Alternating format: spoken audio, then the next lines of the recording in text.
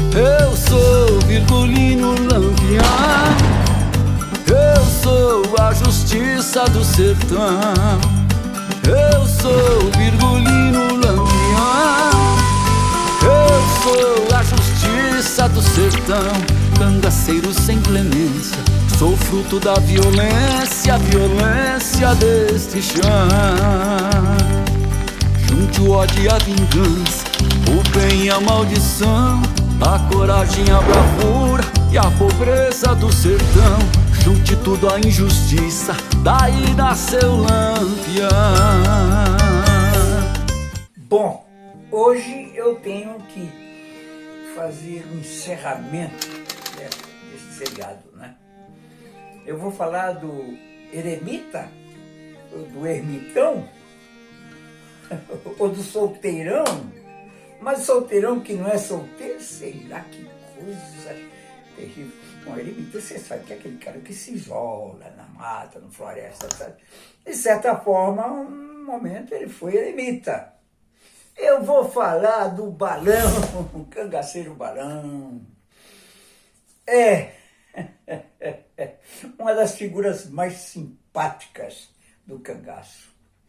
Mas ele era uma pessoa estranha em determinados momentos, certo? Estranha não quer dizer que é fora, etc. Não, nada disso. Estranho porque ele tinha comportamentos estranhos para a época. É mesmo, é? Ó, Mesquita, fala logo o que você quer falar. Eu quero dizer que o Balão foi o cangaceiro que evitou a vida inteira o chamado casamento. E no cangaço não foi diferente.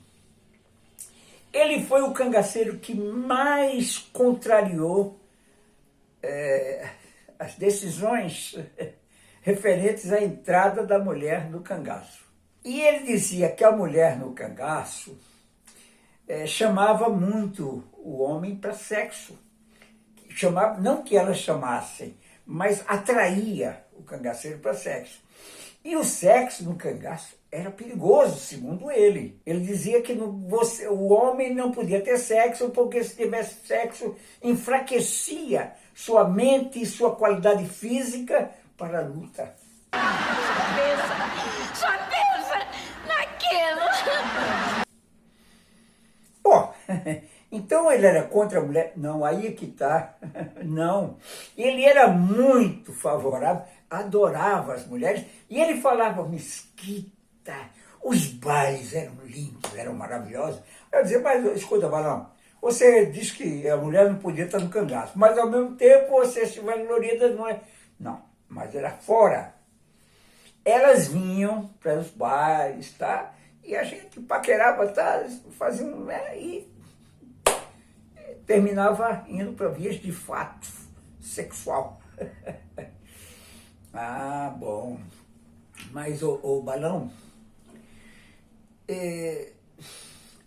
muitas mulheres tinham no cangaço, tinha. E muita bagunça tinha no cangaço exatamente por causa disso. Agora, realmente, o Balão deve ter tido filhos por aí, na época do cangaço, até porque, isso me foi dito até pelo Juscelino depois, uma filosofia do Balão era o seguinte, não aceito que mulheres usem contraceptivos, ou seja, qualquer coisa para evitar filhos, né? Não admito. A mulher tem que ser pura em todos os sentidos, e o homem também. E na hora do sexo tem que haver a ejaculação natural. E os filhos que nasçam. Por isso é que eu quero falar desse cara que, ao sair do cangaço, lá em Paulo Afonso ainda, ele conheceu uma moça chamada Rosa Maria de Jesus. Rosa Maria de Jesus. Isso foi lá pelos idos de 1940, o cangaço já tinha acabado, a anistia já tinha vindo, etc. Ele conheceu em Paulo Afonso essa moça. Mas ele também achou que Nordeste, as marcas do cangaço estavam ali presentes. E ele poderia, como aconteceu com alguns, encontrar um cara inimigo, tá, que houve algum problema no cangaço e, entendeu? Ou policial que também, então eles evitaram, caíram fora. Quase todos caíram fora. E o Balão não foi diferente. O Balão se mandou. Bom, aí foi para o interior de São Paulo, ficou em Marília, andou muito pelo interior para chegar até São Paulo. Mas antes disso, ele já, desde Paulo Afonso, ele foi fazendo filhos, certo? Ele teve, nesse período, 8 filhos. Ele teve, e era curioso, né? Porque com a Rosa, ele teve esses filhos, os homens todos começavam com J. José, Juraci, Jaime e Juscelino, meu amigo Juscelino. Juscelino foi o menino que na época, em 68, conheci, filho do Balão, e o Balão pediu, seu Mesquita, você não pode arrumar um emprego para o menino? Porra, um emprego para o menino tão novinho, de 12 anos. Mas aí eu conheci o tenente Nogueira, que era o administrativo da Casa do Pequeno Trabalhador, certo?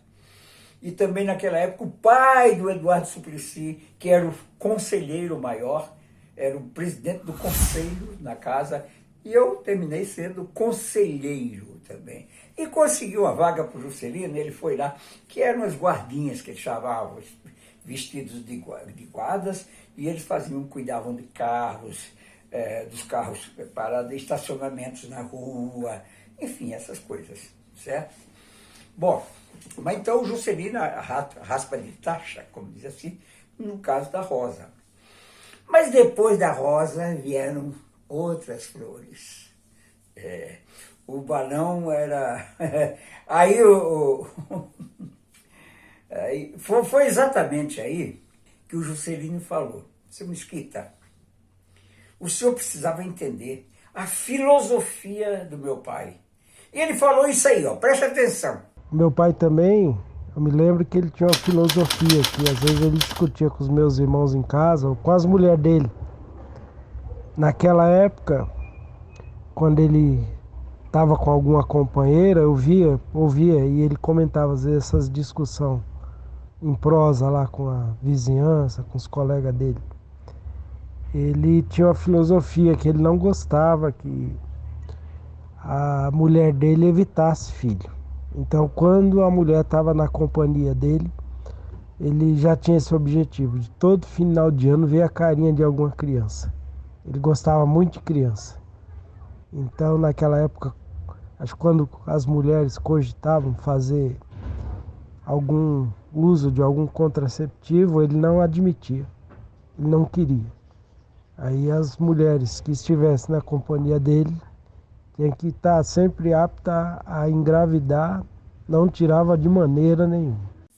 É isso aí, a filosofia. Ele queria sempre ter um menino, uma criança, porque ele gostava muito de criança, mas não pagava pensão para elas. Não, gostava das crianças, queria que nascesse sempre mais um. E foi por isso que, inclusive, ele brincando... o Juscelino disse, inclusive, que teve uma filha que apareceu dele, morava em São Miguel Paulista. O Balão, quando saiu do cangaço, bom, no cangaço ele já era o sanfoneiro, vamos nós. E fora do cangaço, lá em São Paulo, ele tocava, ele ia para... Né? E aí se encontrava com uma, se encontrava com outra, e como ele não queria que eu usasse preventivos, certo? Para que nascesse criança. Aí ele não queria, as mulheres engravidavam, fazer o quê? E ele achava bom. Só que deixaram dos filhos por aí. Foi aí que ele, inclusive, por isso que ele falou uma vez para o Juscelino, para os filhos, a conta dele, certo? Qual era a conta? Quantos filhos ao todo o Balão teve? Vamos lá, Juscelino, explica isso aí. Então, e você falando isso, agora eu me lembrei também na minha época de criança, quando eu saía com meu pai por aí, ele tinha uma filha lá em São Miguel, rapaz. O nome dela é Ana. Ela era bem de idade e essa mulher, essa filha do meu pai, a Ana, ela já tinha família formada, tinha acho que um casal de filhos. E eu não sei, até hoje eu não sei, é, filha de que mulher que essa Ana era, mas ela era filha do meu pai, muito parecida com meu pai. Eu me lembro que eu era bem criança, acho que eu tinha uns 5, 6 ou 6 anos, por aí no máximo. A gente ia lá na casa dela, ela recebia a gente lá muito bem. Ela era uma pessoa da época lá de uma classe média, sabe? E eu me lembro que ela era muito, eu olhava os traços dela, ela era muito parecida com meu pai.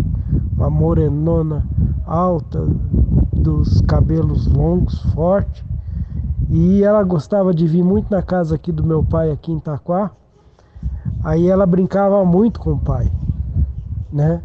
E além da Ana, que é filha, que era filha do meu pai, eu não conheci, nunca tive nenhuma informação sobre a mãe dela. Ela não era da Dona Rosa, com certeza. É igual você falou, aqui depois que meu pai saiu do cangaço, verdadeiramente ele teve uma vida bem promíscua, viu? Conheceu muita gente. E uma vez brincando em casa, acho que não sei se em alguma fita meu pai gravou isso, ele fez as contas, né? Porque quem sabia era ele. Totalizou 22 filhos na época. Ah, 22 fora as praias. O que é isso, fora as praias? Lá no Nordeste, em eleição, a gente costumava falar, eles falavam nordestino na época, né? Que eu era muito criança, mas quando vinha época de eleições, a contagem de votos, aí o cara disse assim, o Ademir Figueiredo já tem 60, 70, 80 mil votos, fora as praias. As praias é que os votos vinham depois das praias para poder complementar. Então essa expressão ficou fora as praias. Então por isso que eu falei, o Balão teve 22 fora as praias. Porque, por exemplo, a Ana, essa menina lá de São Miguel, não está nessa contagem não. Fora aqueles que ele não apareceu, não disse, não cantou, etc. E terminou ficando como número oficial 22, que foi o que o Juscelino falou agora há pouco. Mas a verdade é que a história do Balão, desta figura simpática, agradável, maravilhosa, que foi do cangaço, quando eu me encontrei a primeira vez, foi uma festa, ele não teve nenhum problema. Ele foi contando as histórias, me mostrou um punhal, e disse que aquele punhal se chamava José Ludovico, alegria de pobre, tristeza de rico, onde ele põe a mão, o urubu põe no bico, olha só. Mas era uma figura jocosa, era uma figura alegre, era uma figura que tinha sempre um sorriso nos lábios, mas foi um cara que não casou. Nasceu solteiro, virou solteiro, foi no cangaço solteiro, saiu do cangaço solteiro. Isso não quer dizer que não teve moças que se apaixonaram por ele e foram com ele para a cama. Agora, se você pensar bem, o grande amor da vida do Balão foi a Rosa Maria de Jesus, sim. Que ele viveu com ela um tempo grande, depois se separaram também. Se separaram porque essa vida de nômade fez parte da existência desse cangaceiro, que para mim foi o cangaceiro mais alegre, mais simpático, e que em muitos bailes lá no sertão, nos sertões, em algumas oportunidades, ele tocou sua sanfona, assim. E quando veio para São Paulo, já fora dos atritos do sertão, e já enfrentando uma outra sociedade, uma outra situação, ele se tornou sanfoneiro. Mas ele fazia a sanfona, que era à noite. E de dia ele era o quê? Era poceiro e sanfoneiro. É isso aí. Então, nós encerramos assim essa minissérie sobre casais no cangaço, com essa figura simpática, maravilhosa, sensacional, que foi o Guilherme Alves, Balão, que hoje tem netos. Tem o filho Lucianino, que mora em São Paulo. E tem netos, como o Guilherme Alves Filho, tem uma neta, o Guilherme Alves Filho é pastor, a neta é estudiosa, é professora, a Isférida, se não me engano. Enfim, essa foi a história que eu quis contar para vocês de cangaceiros. Existiram outros, mas outros pedaços sem muita projeção, sem muita força. Então, é isso aí. Vamos continuar com o cangaço. E não se esqueçam de se inscrever no Cangaço. Mas também, se vocês quiserem nos acompanhar na Ecovox TV, é um canal que a gente tem para falar de tudo do Brasil. Das encrencas, da política, das coisas que envolvem o dia a dia do meu lindo e maravilhoso país chamado Brasil.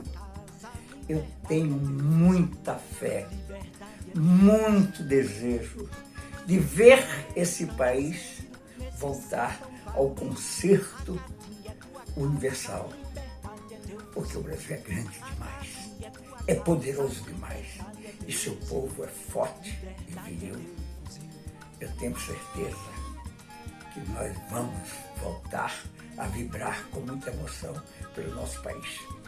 E tenho certeza também que esse assunto cangaço vai entrar no currículo escolar, porque o cangaço foi uma página da história do Brasil que precisa ser conservada, precisa ser dita, precisa ser explicada para que as gerações conheçam sempre o que foi esse movimento no sertão.